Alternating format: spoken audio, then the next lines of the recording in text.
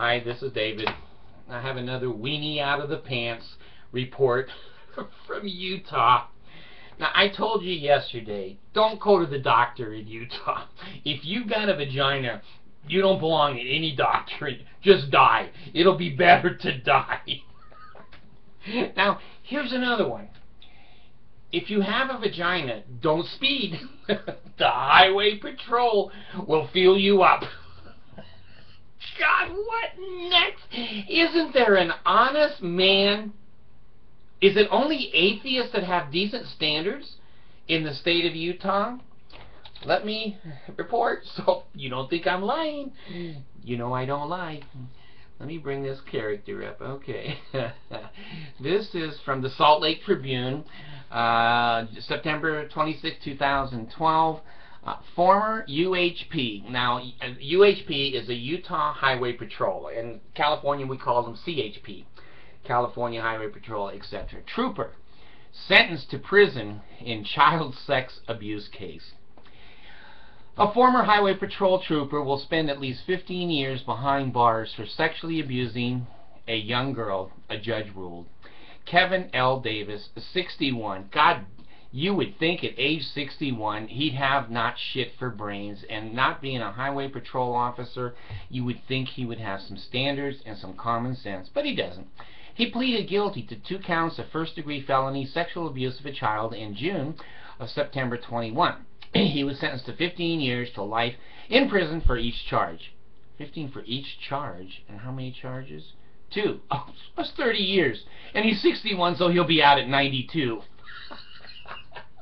The girl still won't be safe in this state. The sentence will run concurrently. Oh, no, so it's 30 years. Concurrently means they're both put together. 3 other charges were dismissed as a plea agreement. So there's more charges. But because they didn't want to try it and they didn't want to spend the state money because they'd rather build malls with it, they said screw it. He's in there for 30 years. He's 70 or 61 and he'll be out, or he'll be in 15 years, be out in his 70s. According to court documents, Davis abused the girl on multiple occasions during the past 3 years. Davis worked for the Highway Patrol until 2004, a UHP spokesman said, declining to release additional information about Davis's departure from the agency. He didn't work there anymore.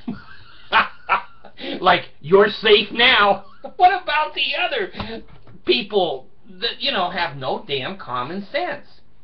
You know, I have to say this, okay? I'm glad I'm a man. I don't know how the girls do it with a vagina. No, I do not. Wait a minute. I didn't mean it that way. I meant, how do women and young girls deal with constantly having somebody trying to screw them or feel them up or take advantage of them? I don't understand it. In Utah, you don't go to the doctor. You don't get stopped for a speeding violation. And at Brigham Young University, you be careful when you go to BYU. There's plenty of people there. I can think of 1 or 2 cases right now. And I wanted to leave one more thing with you. I'm kind of combining 2 ideas. Bipolar people, we do this shit all the time. We think you're with us in here, you know. This makes sense to me, but the rest of you goes, geez, he's changing the subject. Which I am. Okay, here's the other thing I wanted to do. I reviewed several pictures of people going to the Brigham City Temple dedication. Now, Monson, he wasn't there. He is so senile, they don't even let him around the microphone. He couldn't speak at his birthday. We haven't seen him for years now. He's not allowed to speak because he's more crazy than I am. So, anyway, Boyd K. Packer. Now, if there's a nutcase in the Mormon church, the little factory man, Boyd K. Packer, is it. He's next in line to take over from Monson. I pray to the atheist God every day that Boyd K. Packer will become the prophet of the Mormon church. The church basically will go down to 1 or 2 million people who are in Utah, and that'll be the end of the Mormon church. Packer is more than the kiss of death. It's the boot up their ass. So anyway, he was there putting the mortar into the last part of the temple as a ceremony. In a wheelchair. He can't, and they seatbelt him in a conference. He can't sit in one of those big conference chairs without a seatbelt. He rolls off on the ground, and Monson has to pick him up. And that's a bitch for Monson. He goes, "Sit there, boy. Come on, don't do that crap." Well, anyway, I heard the statistic that there were going to be 300,000 people going through the Brigham City temple dedication. And I said to myself, holy shit, Brigham City, I don't think has maybe 7,000 or 10,000 people. It's a fairly small town. In the middle of nowhere. It's the bottom of Logan Canyon there. The road goes up. And I used to go up over there and there's snow everywhere. Anyway, Brigham City is very, very small. So, I'm saying to myself, and I haven't checked this, you know, they're open for a week or 2 weeks, so people can go through. Well, I started looking at the people going through. Now here's what my eyes saw. My ears didn't hear anything, but my eyes looked, and my brain said, shit, that's unusual. Every person in every picture was wearing a suit and a tie and a beautiful Sunday dress, and all the kids had their ponytails and cute as hell. The Mormon kids, they're darling. Most of them are just darling, and that's what you get with incest.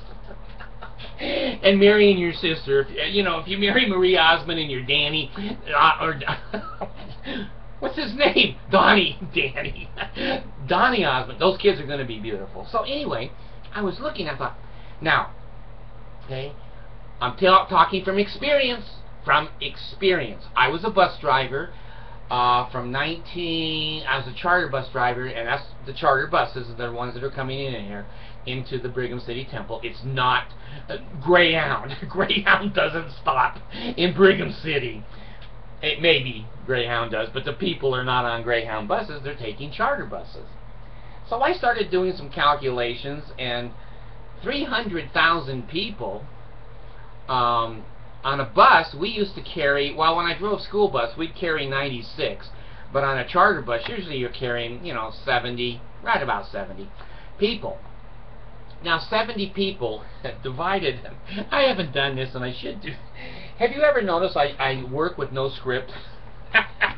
And sometimes I don't know what the hell I'm doing. Okay, let's take 300,000, 1, 2, 3, and divide it by, let's give them a break, 70. Now this is how many buses have to go in there. Now this, I think this is working, and I just can't believe it.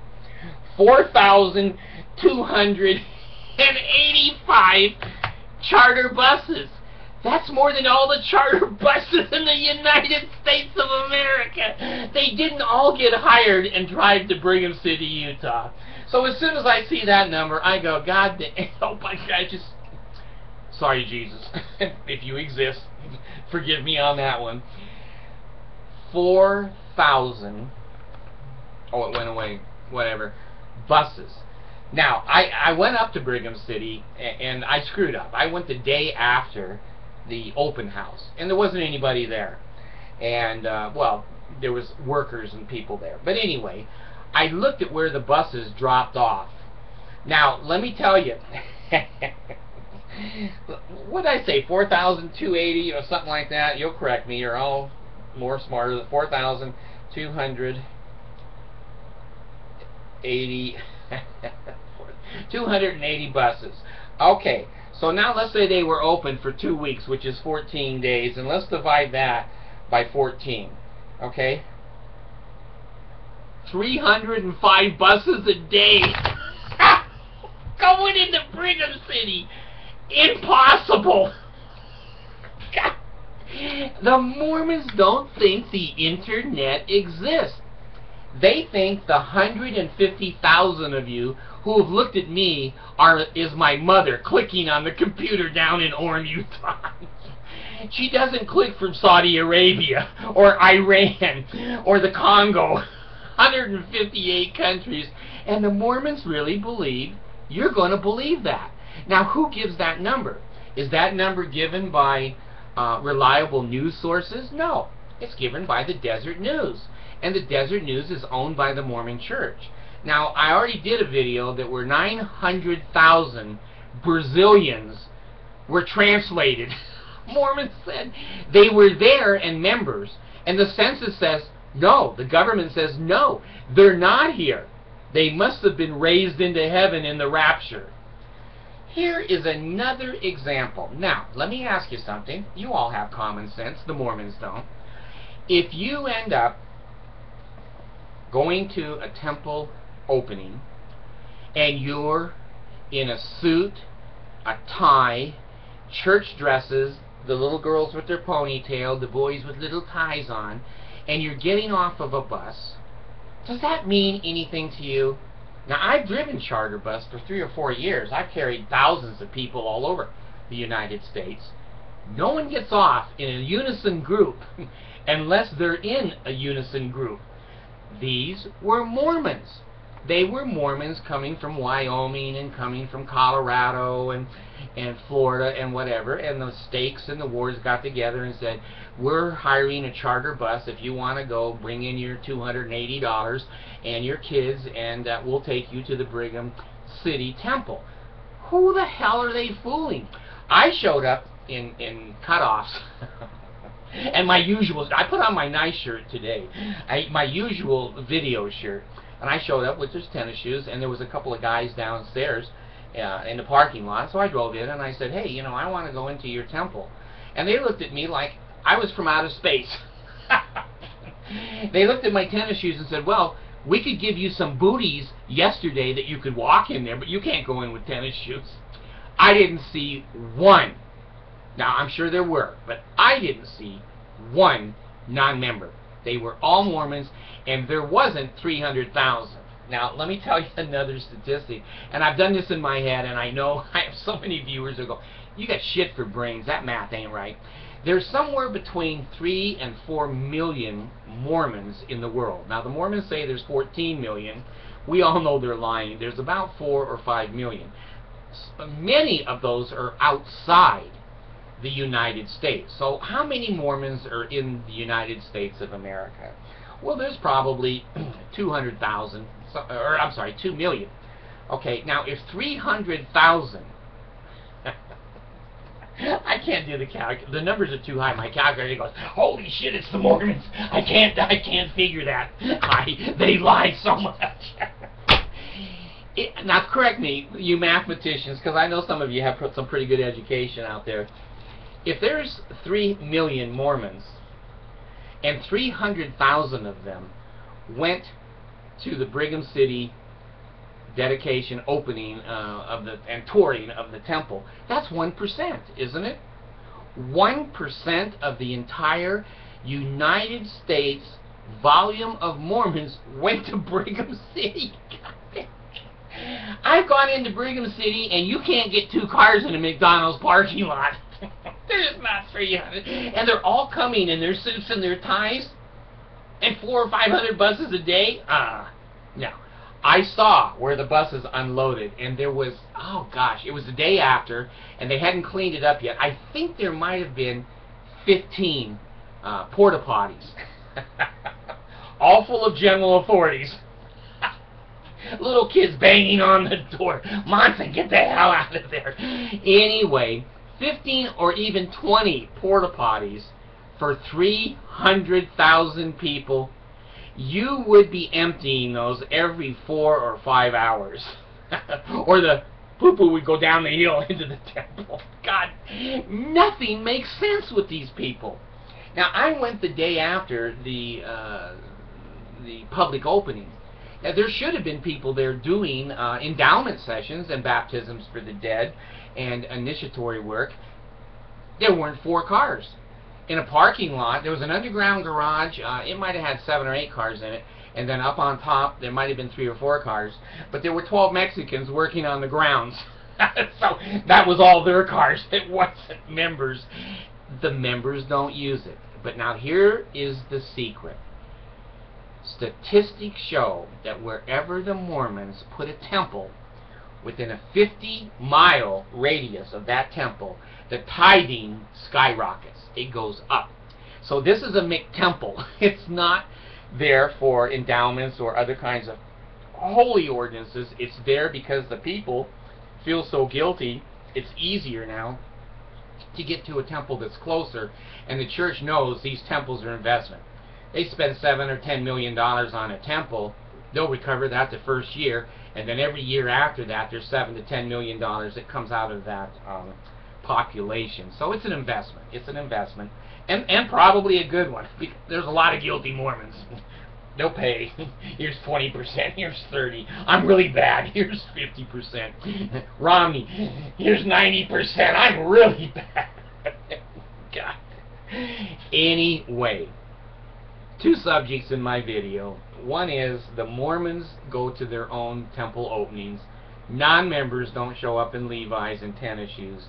I drove charter bus. Now let me tell you, the only way 70 or 80 people can all dress up in their Sunday best is that if you stopped at a motel the night before. Because people don't ride on a bus in suit and ties and fancy dresses. I've driven skiers, BYU skiers. I've taken people to Disneyland. I've taken them to Scotty's Castle. I've taken them to Price, Moab. I've taken them all over the place. And nobody rides except in a suit and tie. Now, the temple trips that I drove down before the Provo Temple was built, yes, they were all going to the Manti Temple. They were all dressed up in their Sunday best. And when I picked them up, they were already dressed. But when you drive or ride a bus from Wisconsin, you got to stop somewhere to put your damn suit on. So the night before, I'm sure out in Little America and other places close through Wyoming, these buses would stop. They would get a room, and then all the parents would wake up in the morning, put their suits and their dresses on, put the little ponytail. Oh, that's not the ponytail. The ponytail. You all know what that is. This is the ponytail.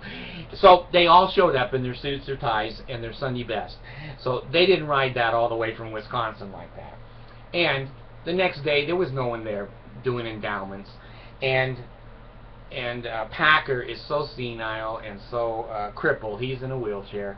And God, I hope he becomes president of the Mormon Church. And then I told you about the Utah Hyway patrolmen. When you come through Utah, you obey the law. If you're a female, I would basically say drive 5 miles under the speed limit. No doctors, no highway patrol. You can't go to school if you're 16. The director's kid at 27, a returned missionary, will jump on you and start screwing your brains out. Golly! What is it like to be a woman in Utah? It's got to be a nightmare. All these men with the sexual inhibitions and all of the sexual repression, they walk around with erections all the time, just looking to put them somewhere, because that fat, ugly wife covering herself up in those garments ain't going to do it for him. And Mormons aren't allowed to have oral sex. Let me just make a quick comment here. My video on oral sex, not one Mormon wrote in. Not one Mormon wrote, that's not true. We can have oral sex. I have it all the time, and I have a temple record. Not one wrote in, so oh shit, I'm in trouble, I'm guilty. And the non-members wrote in, and you know, what's his name? The original Wiener. He's one of my people that writes in, and he says, David, that video was a mouthful. Like, oh God, you people are so damn funny. I've got so many wonderful people that make comments, and the comments are just right on. They're funnier than anything I could say or do. So anyway, be careful of the highway patrol in Utah. And if you want to go to any temple openings, make sure your charter bus is a ward or a stake charter, and that everyone has their suit and their tie. Don't try to go into a Mormon temple even when the public is invited in normal clothes that you would wear on a trip or a vacation. Thanks.